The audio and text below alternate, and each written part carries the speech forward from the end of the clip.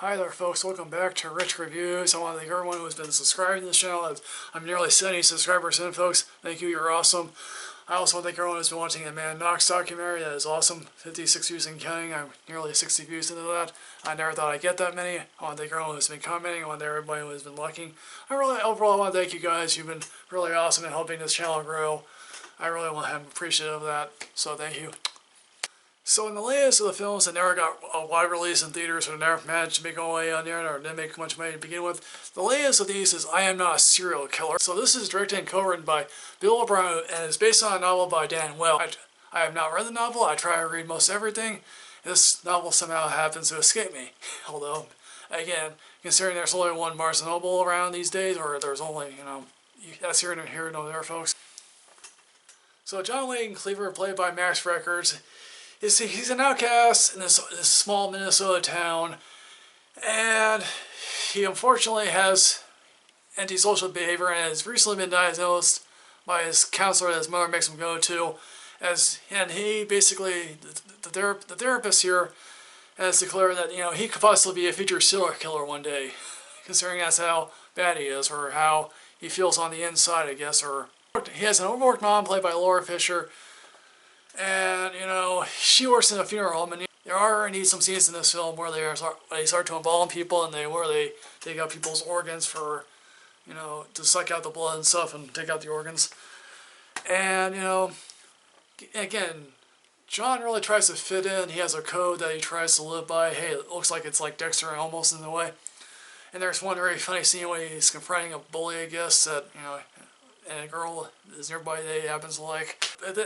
But then a series of murders starts to happen in a small town, and, John, thinking himself as a detective of sorts, or, maybe a killer hunting a killer like Dexter, who knows.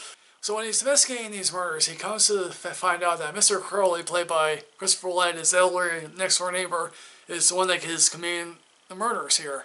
He decides to investigate how he's been doing these murders, and like how he goes to one scene after one scene where he commits these murders.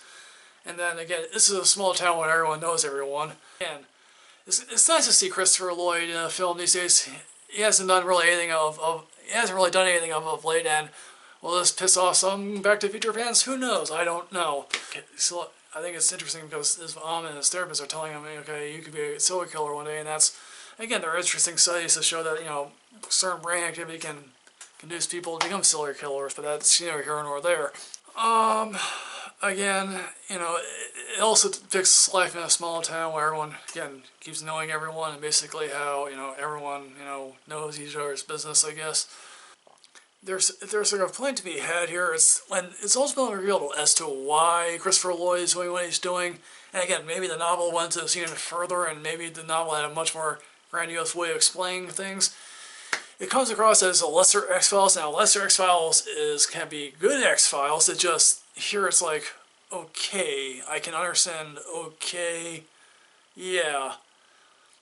Another rewrite, please, maybe, and maybe you'll have it, I guess. So there's one thing I could wish there could have been a little more of is the unreliable narrator. How do we really know John is not projecting these things onto Mr. Crowley, that he is really an innocent victim in all this, and that John really is the killer? Would that have been interesting? I don't know. It's just a thought I had come across. So, folks, I Am Not a Serial Killer, both a very interesting premise. I guess a little lost along the way, but otherwise, I think this is a very fascinating story that is to be told here. So what I'm going to do is I'm giving this a matinee rating. I clearly said she seek this film out, though, and so, folks, what did you think of I Am Not a Serial Killer? Did you happen to like it? Did you not have to care for it at all? What's your favorite serial killer film? Or what's your favorite season of Dexter? Put that in the comments section below, folks. As always, folks, like, comment, subscribe, enrich yourself with knowledge. Maybe one day you'll avoid being a serial killer. Who knows? I don't know. As always, stay classy, folks. I'll see you next time.